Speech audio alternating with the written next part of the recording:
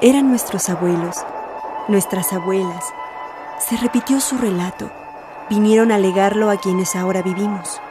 Nunca se perderá su nombre. En el porvenir jamás olvidaremos la historia. Siempre la guardaremos nosotros, sus hijos.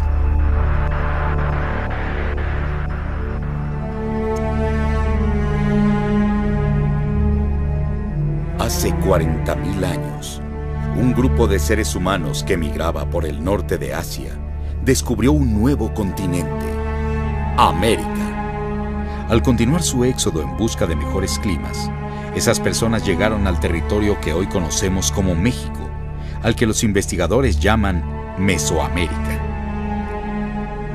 Durante mucho tiempo, aquella sociedad llevó una existencia sencilla, dedicada a la caza, la pesca y la recolección.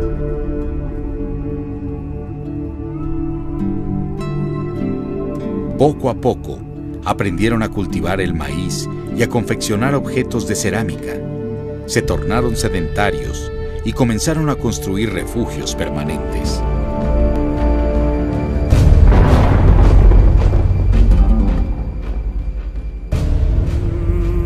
Hacia el año 3000 a.C., ocurrió un gran cambio.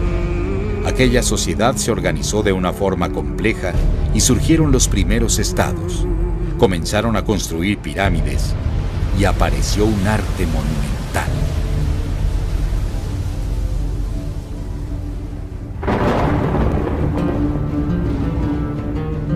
¿Qué hizo posible este dramático cambio?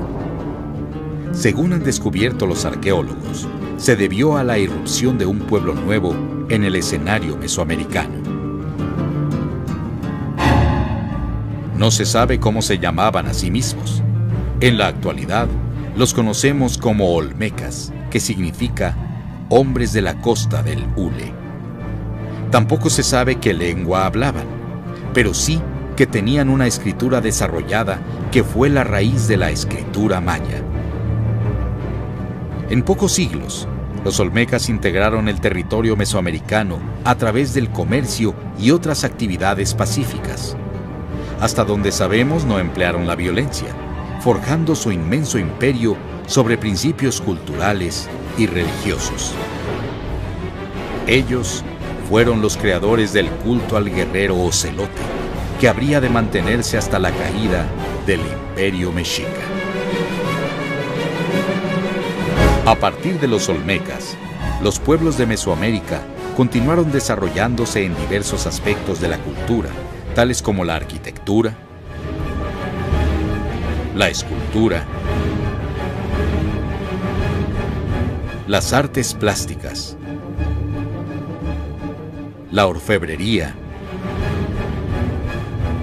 la escritura y la confección de códices, el calendario y las matemáticas.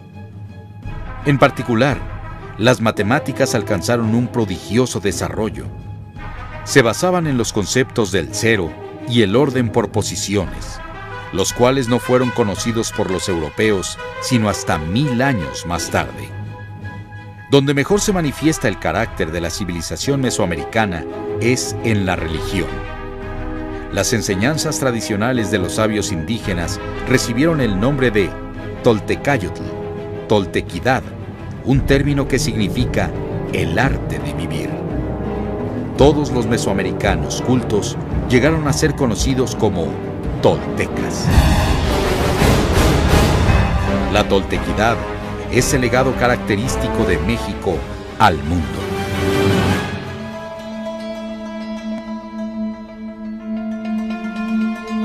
Si en el viejo mundo tuvieron el Tao, el hinduismo y el budismo, nosotros tenemos la Toltecayotl, el pensamiento filosófico del México antiguo. Si otras civilizaciones tuvieron a Zoroastro, Hermes, Buda, nosotros tenemos a Quetzalcóatl. Los mesoamericanos creían que el universo es producto de dos fuerzas que se equilibran para producir la manifestación de las cosas.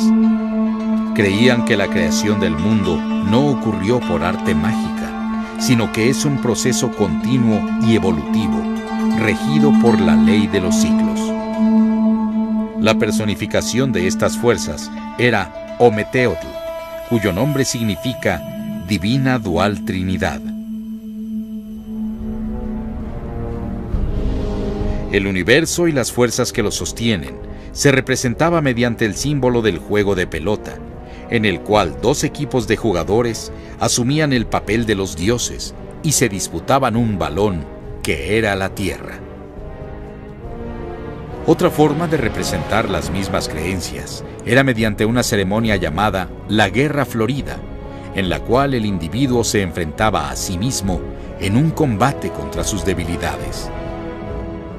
Esta cosmogonía se centró en la serpiente emplumada, una deidad a la cual pueblos de habla náhuatl llamaron Quetzalcóatl. ¿Qué significa ese nombre? Quetzalcóatl es la representación de las fuerzas del universo, la integración de la materia y el espíritu, la luz y la oscuridad, el frío y el calor.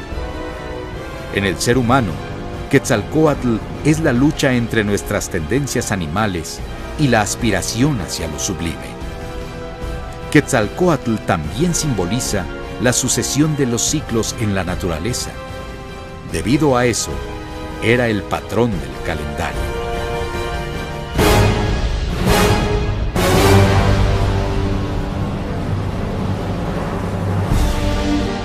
Los naturales de esta Nueva España se regían por una instrucción que les dejó Quetzalcóatl, la cual contiene 20 caracteres multiplicados por 13. En esta materia se puede conjeturar la habilidad de esta gente, porque contiene cosas muy delicadas.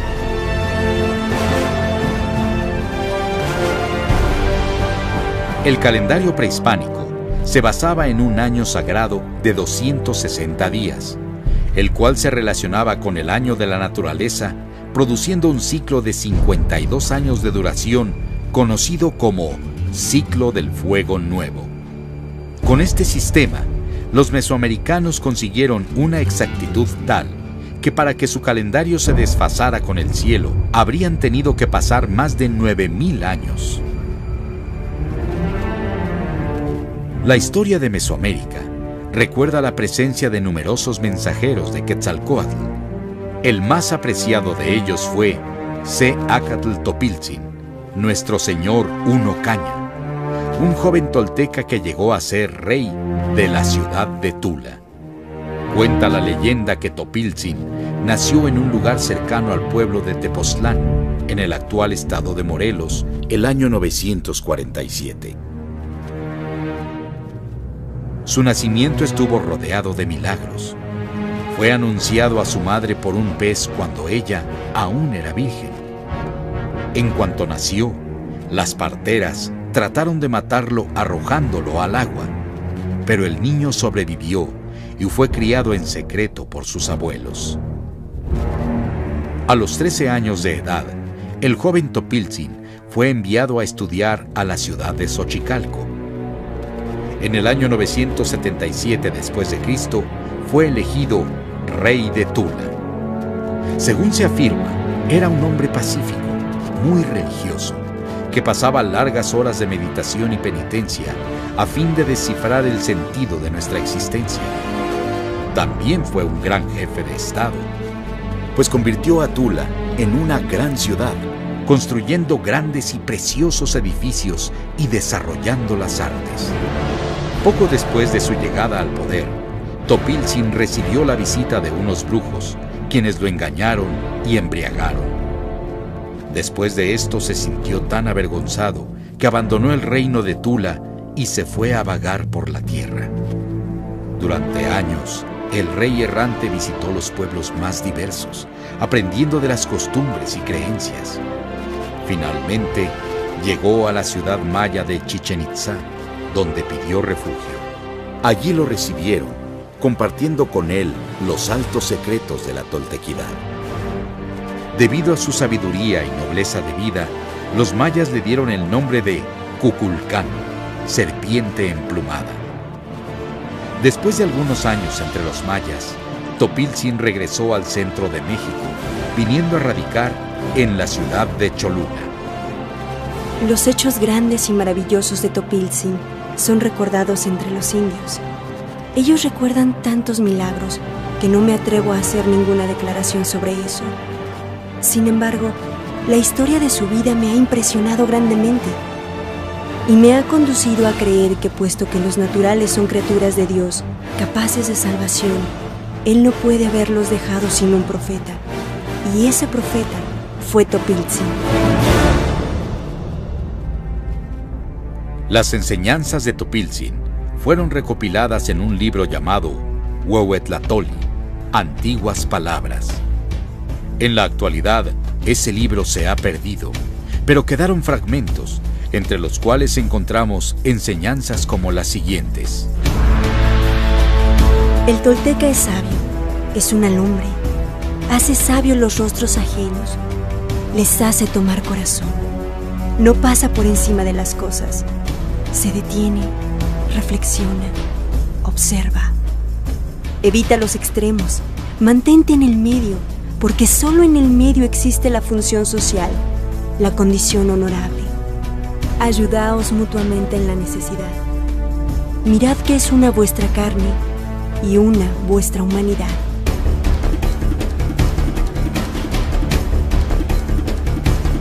Según las leyendas, en el año 999 después de Cristo, Topiltzin subió a una montaña y se incendió a sí mismo con un fuego interior. Según sabían, fue al cielo. Y dicen los viejos que cuando murió, durante 4 días no apareció, pues fue a morar entre los muertos.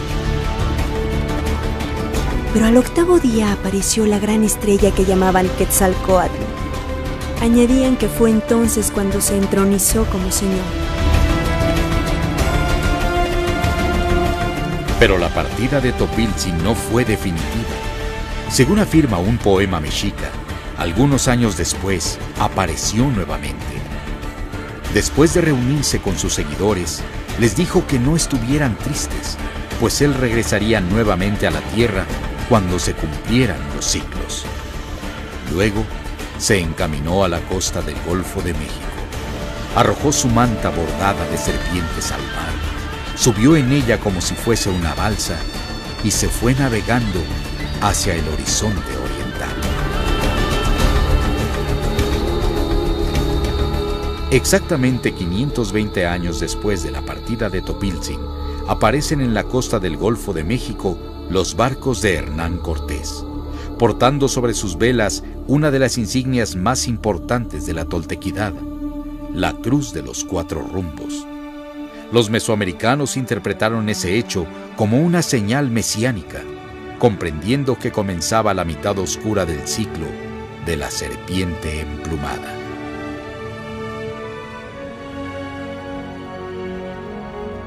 La trascendencia de Quetzalcóatl radica en su mensaje. La era de Quetzalcóatl es la del advenimiento del alma, del centro unificador, que es la esencia misma de todo pensamiento religioso. Gracias a él, Mesoamérica conoció un fenómeno poco frecuente en la historia de la humanidad: un inmenso imperio forjado por la potencia del espíritu.